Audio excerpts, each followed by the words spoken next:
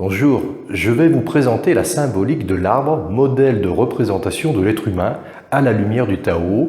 Je suis Joël Garnier pour les temps du Tao. Le symbole de l'arbre est un symbole qui est repris depuis fort longtemps dans de très nombreuses traditions. Actuellement, on le revoit sur des marchés, arbres de vie qui se présentent soit sous forme de minéral, soit sculptés dans de très beaux bois. Ce symbole a toujours représenté l'être humain. Les druides travaillaient énormément avec les arbres, les plantes. Nous allons pouvoir l'explorer dans la vision taoïste. Cela permettra également de faire une première introduction à la théorie des 5 éléments. L'arbre, c'est quelque chose que nous connaissons qui est autour de nous. Prenons un instant cependant pour l'observer. Si je vais de la surface vers les profondeurs, je rencontre d'abord du feuillage, des branches, un tronc, une souche et, en dessous, non visible, des racines. 5 dimensions comme les 5 éléments taoïstes. Nous sommes porteurs de chacune de ces dimensions. Le feuillage en nous correspond à la peau, à la surface. Les branches correspondent aux muscles, aux tendons et également à toute la dimension de circulation de l'énergie. Le tronc, notre axe central, à la fois notre colonne vertébrale, mais également la totalité, on va dire, du tronc de l'individu. La souche, notre assise au niveau de la terre, nos pieds, et les racines, comme effectivement sur cette représentation, les racines sont invisibles. Le fait qu'elles sont invisibles ne veut pas dire qu'il n'y en a pas, nous le savons fort bien lorsque nous observons la nature. Ce modèle est connu également des homéopathes. Lorsqu'on se tourne vers les vertus d'une plante, si l'on puise au niveau de son feuillage, les vertus de cette feuille vont être capables de pouvoir apporter de la santé, du bien-être au niveau de notre dimension feuillage. Imaginer qu'elle va soigner notre dimension racine est un leurre. Ce sont des choses qui ont été étudiées également parallèlement par la tradition taoïste durant des siècles et des siècles. Si l'on se tourne vers les racines d'une plante, les racines vont être capables de fortifier nos racines, et ainsi de suite. Donc on pourrait réfléchir de cette façon-là par rapport à de nombreux outils thérapeutiques, que ce soit dans le domaine des éléments des minéraux. Les minéraux, effectivement, nous allons les retrouver davantage dans cet univers souterrain, donc dans cet univers racine. Les élixirs floraux, nous allons les retrouver davantage dans l'univers branche. Donc, les élixirs de fleurs vont être capables de soigner notre dimension fleur. Je vais l'appeler ainsi, ça nous permet de comprendre. Moi, je vois au quotidien régulièrement des personnes qui ont déjà fait une certaine démarche sur eux et qui sont cependant dans des malaises émotionnels ou voire autres et qui me disent qu'ils ont fort longtemps utilisé des élixirs floraux. Au début, ça a apporté du bien et puis cela n'avance plus. Cela est parfaitement cohérent et cela est connu également par l'homéopathie, je le précise. Là où à travers cette vidéo, je souhaite apporter une lumière que pour l'instant je n'ai pas croisée, c'est le fait que sur la planète, nous sommes des milliards d'individus et nous ne vivons pas tous le même type d'expérience de vie. Cependant, nous pourrions classer les individus selon 5 familles, à nouveau 5 familles. C'est-à-dire que certains individus font une expérience de vie de type feuillage, d'autres une expérience de type branche, certains plutôt du tronc, certains de la souche, certains de la racine. Cela me semble relativement important pour notre compréhension du monde. Elle l'est également au niveau thérapeutique, c'est-à-dire que sur chacune de ces familles, il va peut-être falloir apprendre à savoir s'adapter pour proposer une approche psychologique, une approche thérapeutique totalement adaptée à chacun et à chacune de ces familles.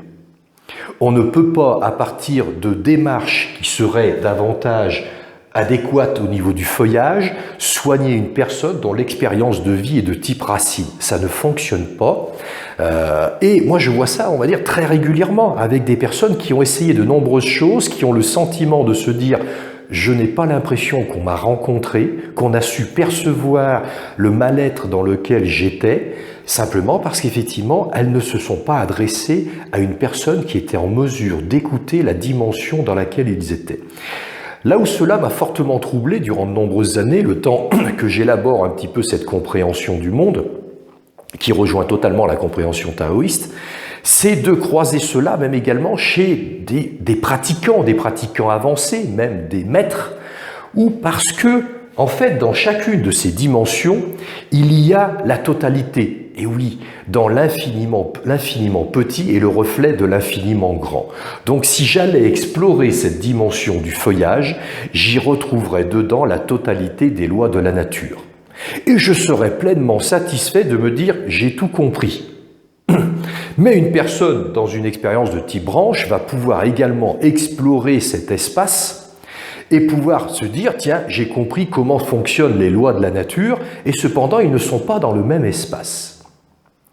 Voilà ce que j'ai croisé à travers de nombreux, on va dire, enseignants, professeurs et maîtres, où chacun était sur un espace de travail, était convaincu de détenir une espèce de vérité sublime, alors qu'en fin de compte, tout cela n'était qu'un morceau de la réalité. Revenons sur ce thème de ces 5 familles ou de ces 5 types d'expériences de vie. Expérience de vie, mais également sens de la vie qui sera différent. Le feuillage est en contact avec l'extérieur, et avec l'extérieur énormément aussi avec la lumière. Le feuillage va capter la lumière. Il va également capter d'ailleurs le CO2, rejeter l'oxygène, donc nous sommes dans une dimension d'échange. Apprendre à recevoir, apprendre à communiquer. Nous sommes dans un univers de communication. C'est là que nous allons retrouver beaucoup, à travers de nombreuses démarches énergétiques, spirituelles. Vous savez, ces choses-là sont très proches l'une de l'autre, il est difficile de les dissocier. Tout ce monde, évidemment, de channeling également. Hein, des personnes qui vont capter des informations, des choses qui leur sont données. Cependant, parfois, moi je vois apparaître qu'il leur manque la compréhension de qu'est-ce qu'ils doivent travailler. Le feuillage a un certain travail, je vais appeler ça travail, m'en voulez pas pour ce terme, on n'a peut-être pas autre chose pour l'instant, on pourrait dire un rôle, une dimension, une mission de vie à travers cette incarnation. Il a quelque chose à réaliser. La personne qui est effectivement davantage au niveau branche a quelque chose à réaliser. C'est pas la même chose que celle qui est au niveau feuillage. D'ailleurs, le feuillage, il est tout de suite visible. Il va devoir se manifester au niveau du monde, il va devoir communiquer. Mais cependant, le problème, c'est qu'il est très vite. Il peut très vite être dans un mode fusionnel avec l'environnement extérieur. L'environnement extérieur, essentiellement, c'est ce qu'on pourrait appeler le ciel. Et c'est ce qu'on va retrouver en spiritualité avec plein de gens. Là, ils sont dans du fusionnel avec le ciel. Ce n'est pas le travail qui leur est demandé. Effectivement, dans une première approche, s'ouvrir au ciel. On retrouve ça dans la tradition taoïste. S'ouvrir au ciel, et d'abord je commence à capter le ciel, capter la lumière. Vous verrez que certains vous parlent essentiellement, la lumière semble être le remède à tous les problèmes. Je ne suis pas totalement convaincu, même si effectivement nous avons besoin de lumière, nous avons besoin également d'autre chose. Donc cette lumière, il va falloir que j'apprenne à la faire pénétrer à l'intérieur pour que je puisse relier mon feuillage avec un flux qui va aller jusque dans les profondeurs et qui revient. Et cela, cependant, va m'ouvrir un certain champ, on va dire, avec différentes phases, avec d'ailleurs finalement 5 phases de développement, et tout cela pour me permettre de réaliser un feuillage, on pourrait dire, garni. Ce n'est cependant pas la même expérience de vie qu'une personne issue de la famille que je vais appeler racine, qui, elle, va devoir apprendre à faire monter, on pourrait dire, la sève, quitter le monde des profondeurs qui correspond à celui de l'hiver, atteindre le printemps et commencer à se déployer jusqu'aux extrémités. Même lorsqu'elle atteindra les extrémités, son expérience de vie, sa façon de percevoir la vie ne sera pas la même que celle qui est, on va dire, polarisée feuillage. Voilà un petit peu pour vous permettre de comprendre.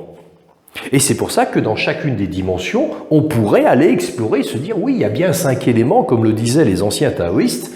Oui, mais en même temps, il y a 5 éléments dans 5 dimensions. Ça nous fait effectivement déjà 25 possibilités. J'évite de rentrer trop dans le détail pour éviter effectivement que nous nous perdions. C'est assez rapide de se perdre dans ces symboles.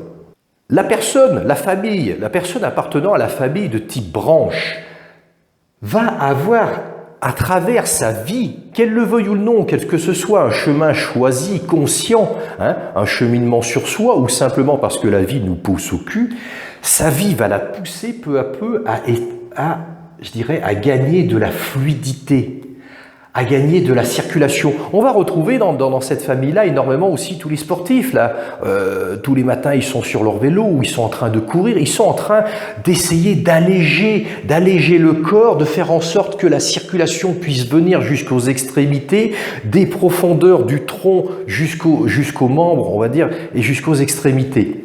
La personne qui travaille et qui fonctionne sur le mode tronc, vous voyez effectivement qu'ici, la particularité du tronc, c'est un lien entre la terre et le ciel.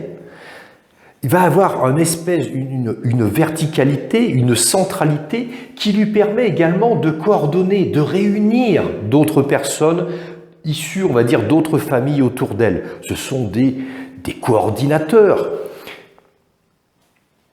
La personne de type souche n'est pas du tout dans ce type d'expérience. Elle est engluée dans la matière l'enserre. Une bonne partie de la souche, on va dire, est dans le non visible, complètement enserrée, et elle va devoir arriver à quitter peu à peu cet excès de pesanteur, s'élever un peu pour pouvoir s'alléger. Et la personne de type racine se retrouve dans une expérience de vie comme si elle était une graine au démarrage de l'hiver, perdue dans le sous-sol, où il fait sombre, c'est enserré, c'est fermé, et elle va devoir peu à peu creuser comme le germe qui va peu à peu pointer et émerger pour le printemps. Voilà ce que je voulais, on va dire, vous pointer du doigt. Si je reviens en termes de santé, le feuillage est en rapport avec la peau, les branches, muscles et tendons, ici notre axe central, la souche énormément avec notre bassin et d'ailleurs le bas du corps, les racines, les pieds, mais également le monde de l'invisible. Le monde de l'invisible, c'est aussi justement nos profondeurs inconscientes, notre psyché, l'âme, comme diraient les psychologues. Nous sommes dans ce type de profondeur, nous sommes dans ce type d'expérience de vie, et qui va donner un sens de la vie totalement différent, davantage empreint de profondeur, d'écoute de soi. Il y a donc finalement à travers le monde 5 familles, c'est une façon on va dire assez générale de pouvoir le décrire, qui ne vivent pas la même chose et sur lequel il nous faudrait peut-être pouvoir présenter des approches thérapeutiques différentes, une spiritualité différente. Or aujourd'hui dans le monde, la grosse difficulté, c'est qu'essentiellement c'est le monde du feuillage qui communique, puisqu'effectivement il est lié à cette dimension de communication vers l'extérieur. Ceux du type racine communiquent peu. D'ailleurs, ils sont fortement affairés à essayer d'arriver à creuser pour atteindre la surface. Mais la personne, effectivement, qui est de type branche, elle est affairée déjà dans son corps à pouvoir ouvrir. Il y a du travail. Elle passe pas énormément de temps, on va dire, à créer des vidéos sur Internet. Je suis à moitié ironique parce qu'effectivement, c'est bien ça le constat aujourd'hui lorsque j'ouvre effectivement mon écran et que je regarde le monde et le monde qui communique. J'espère que ce sujet vous aura plu. Pas évident en quelques minutes de pouvoir vous dépeindre 5 façons aussi de voir le monde, comprendre que finalement nous sommes tous impliqués dans un travail sur soi, conscient ou non conscient, d'où va découler d'ailleurs certaines problématiques de vie, crise émotionnelle, crise de santé, selon effectivement la famille à laquelle nous appartenons. Et la grosse difficulté, effectivement, c'est lorsqu'on a besoin d'être aidé, c'est de pouvoir soit être aidé par des personnes de la même famille plus avancée, soit, et là on retrouve évidemment cette vision du Tao, soit d'une personne effectivement qui a aussi une compréhension beaucoup plus globale, comme on va dire l'a fait la tradition taoïste, à même de pouvoir percevoir ce qui est juste pour nous. Si ce sujet vous a plu, n'hésitez pas à vous abonner, à liker, à le partager pour nous aider à nous faire connaître. Je vous remercie de votre attention.